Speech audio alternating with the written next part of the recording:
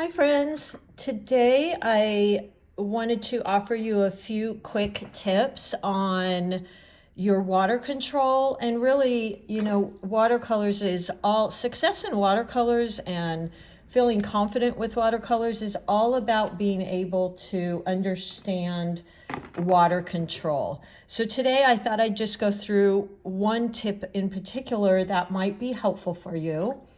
And that is, again, it's being able to recognize and identify your water control. So I'm going to start with creating this little wash here.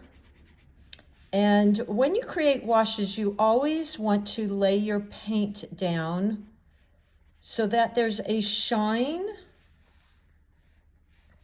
but no puddles or pooling.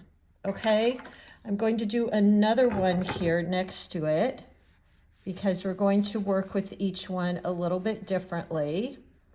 So with all of them, I'm just creating this beautiful wash, which is just a shine, and that is wet paint. So one tip I learned is either decide, with watercolors, the two techniques are wet and wet and wet and dry. There's no wet and damp. Wet and damp will create these blooms, which sometimes there may be a place for those, maybe in water or something like that. But for the most part, we don't want those blooms. And I get a lot of questions about why am I getting them? This is why. If you go into wet into damp paint, what happens is that water travels out, it hits the barrier, and it creates this hard line like you see right here. And there's really not a whole lot you can do about that. I have one little tip I'll share with you.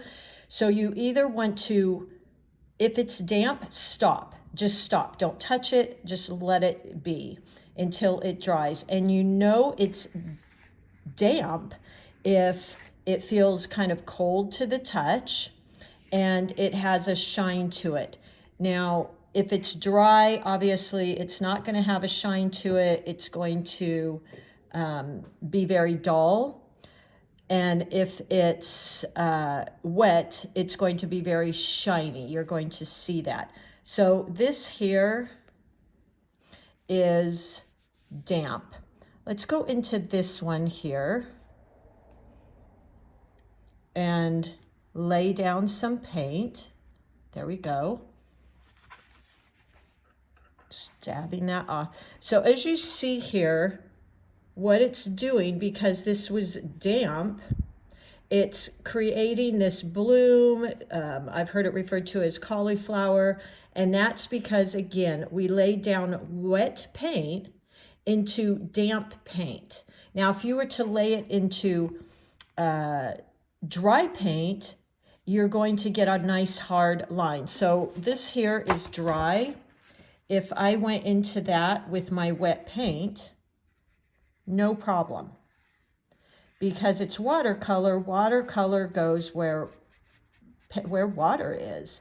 So wet into dry, I get this beautiful glaze. I get this nice sharp line. And again, wet into damp, which you're going to know, again, I'm repeating this, it's damp because it'll feel a little bit cold to the touch. Now this doesn't feel cold anymore, so it's pretty dry, and you'll have a slight shine. If it's the other technique being wet into dry, wet into wet. So let's do the wet into wet. And it's important you practice these so that you kind of get to be able to recognize this. So here's our wet into wet. Like this. Now I'm going to pick up some of the little puddles because we don't want puddles. We just want a nice, beautiful wash. And then going into that, say I want to just create maybe a beautiful little darkening here. And look at that. really blends and it runs together nicely because all of the water, there's no pooling, not pulling, pooling, and it just blends really nicely to create a beautiful color. Now, this is pretty dry, so again, if I was to go onto wet on dry, let's get a different color here, let's see. And no problem. We get this beautiful glazing effect with a nice line. Okay, so wet into wet, we're going to get that beautiful blending. These are the two choices you have with watercolors. Wet into wet, where you'll get a beautiful blending and flow. Let me write that down here. These are, this pen isn't very good. Hold on 1 second. So these are the two choices in watercolors. Wet. Excuse my, ooh, look at that, my pencil broke. My goodness. So wet in wet is one watercolor technique that you will use. Wet in wet. And wet and dry, which obviously is a more glazing technique, which is very beautiful. If this was a petal, you would have this beautiful transparency and not as much blending as you get here. So the colors are kind of mixing and merging, and the magic of watercolors is happening here, which is so lovely and beautiful. But you're getting more of a glazing effect, where you're playing with the transparency of the watercolors, and you're getting some of the purpley hues, but it's more from a glazing, where you're using a bottom layer, covering it with a next layer, and they show through each other and create a different color. This is they're actually mixing together. Okay, so understanding some of that right there is going to really be helpful for you. And I, would do an entire page just practicing playing with this wet into wet and wet into dry, and not just for the effect, but to understand how to identify this is wet. And I can go into it with wet paint, not dripping, pooling paint, but that nice amount of paint. And if you're not sure when you're doing wet and wet, when you go into the wet paint with another color, just blot your brush a bit to get any excess off, and then go in and apply it. And then practicing letting your paint dry and being able to recognize that it's dry, which it will have a matte look, and it won't be obviously wet or cool to the touch. And then being able to recognize damp paint. Wet into damp is not a watercolor technique. Wet into wet and wet into dry. So being able, it's really important to be able to identify when something is just damp and not going into that. That isn't even a watercolor technique, okay? Now, if this was to happen, there is, sometimes you can go into this if you have a specific shape or form, and you can wet your brush, just make it damp, and go over the entire wash or area and kind of smooth it out. You want to be really careful doing this, because watercolor paper has that nubby texture, and if you go back and forth over the top of it too much, you're going to break apart the little fibers and end up with little fibers in your paint, and you don't want that. That is what we call overworking, and then you lose the beauty of watercolor. You lose that beautiful transparency and that just really natural organic feel. So practice these things, practice identifying when the paint is still wet and it's okay to go in there and get this beautiful blending. Practice recognizing, oh, this is completely dry, and practice recognizing when it's damp, which means it'll be cool to the touch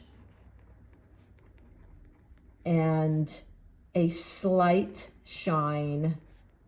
That is damp. And when it's damp, you stop.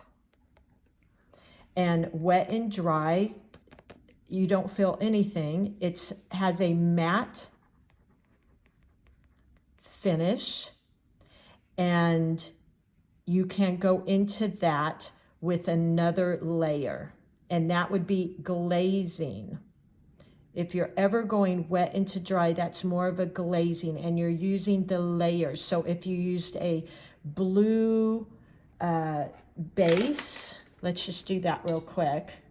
Let me rinse my brush here. Always use 2 containers of water too. It's really important because of that transparency. If I was using brown or something like that, or a purple, and I went in to use my yellow, if I didn't wash and rinse it in a clean water, it's going to carry over some of that purple and turn my yellow, because they're opposites on the color wheel, into this black, dull, icky color. So let's see, what was I going to do? We were going to play with, let's just lay down to recognize this glazing, which is wet on dry. So let's just say we have this beautiful blue wash here. We're just going to let that dry. Now, a lot of times in the past, I've used a blow dryer and gotten this to dry, but I don't have that right now, so we're not going to do that. The other little tip, I have gotten a few letters where people said, you know, how do I know when to go in and add color? Whenever I go in, by the time I go in, I'm getting these blooms. What I do is for each flower I create, I mix my colors first. That way they're ready to go in the palette. If I'm painting a petal and then I have to go mix my purple that I want to add in there, by the time I get that the right consistency and the color, and I go back into my petal's now damp. It's not wet and it's not dry. And so when I go into it, I'm going to get that, again, blooming effect. So when I'm painting a flower, I mix up whatever colors I'm going to use in that flower, so they're ready to go. And I can work kind of quickly. Now, sometimes when I'm doing these videos, because I'm going so slow, I'm kind of taking too much time. And when I go in, I'm getting this blooming effect. And that's because I'm waiting a little bit too long. Wet into wet is just what it says. Wet paint, wet paint. Okay, so mix your colors first. I wanted to show you again this glazing technique, which is wet and dry. And let's just go over this. Now it's a little bit wet still because I can see a shine. If I touch it, yep, it's cool. So that means it's damp. It's not dry. This, I feel no temperature. So when I paint on this right now, I may get a little bit of blooming, but I want to show you the glazing of the colors. So let me go into my yellow a little bit. This is just a cad yellow, and that's ultramarine blue. And I'm going to add a little bit of water, but not too much. There we go. And this cad yellow is pretty bright, so I'm going to lighten the value by using some more water. I just tip off my brush. Now again, I might get a little bit of blooming because it is it's damp right now, okay? But you're still going to get that, an idea of what I'm talking about in creating colors. So here's the yellow. Now when it goes over that blue, it's turning more of a green. Okay, so that is the glazing effect. Now I am getting a tiny bit of bloom here just because this is damp. Normally you would wait till it completely dries, and that way you wouldn't get that. So these are just a few things to practice. Do a whole sheet of these, practicing wet and wet, knowing how to time that so you get the beautiful blend and flow of colors, and then practicing recognizing wet on dry, recognizing when this is dry, and practicing getting this effect, glazing and this hard line. And then really, really importantly, because depending on your weather, depending on your paper, depending on, you know, if you have a fan going or something, you can't just say, wait 5 minutes and this will dry. It's really going to be up to you to be able to recognize when this is dry, because it's just, there's no way to tell that. So touching it, yes, it's still kind of cool. It still has a bit of a shine. Oh, it's damp. Okay, so I hope this helps. Really practice a whole page of wet and dry so you can recognize when it's dry. Practice wet and wet so you can recognize that time frame of when you can go in there and get a beautiful blending. And then practice creating these blooms so you can really get an understanding and ability to recognize it's too early. This is still damp and I don't want to touch that.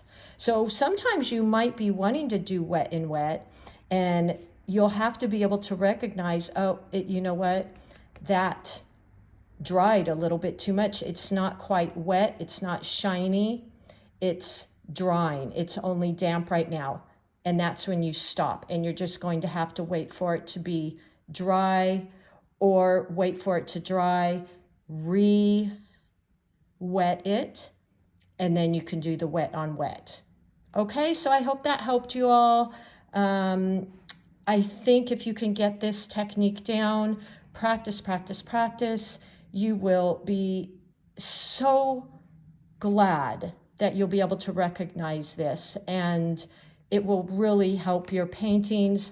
It will help you not create these type of things, and just understanding that water control is going to be a huge help for you.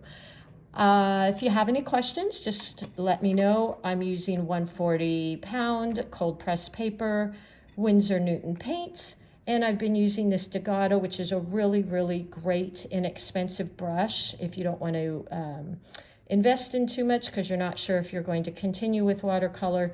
This is a great set of brushes. I think they're $13 and really, really good. Okay. All right, everybody, I hope that helps, and happy painting. Thanks for being here with me.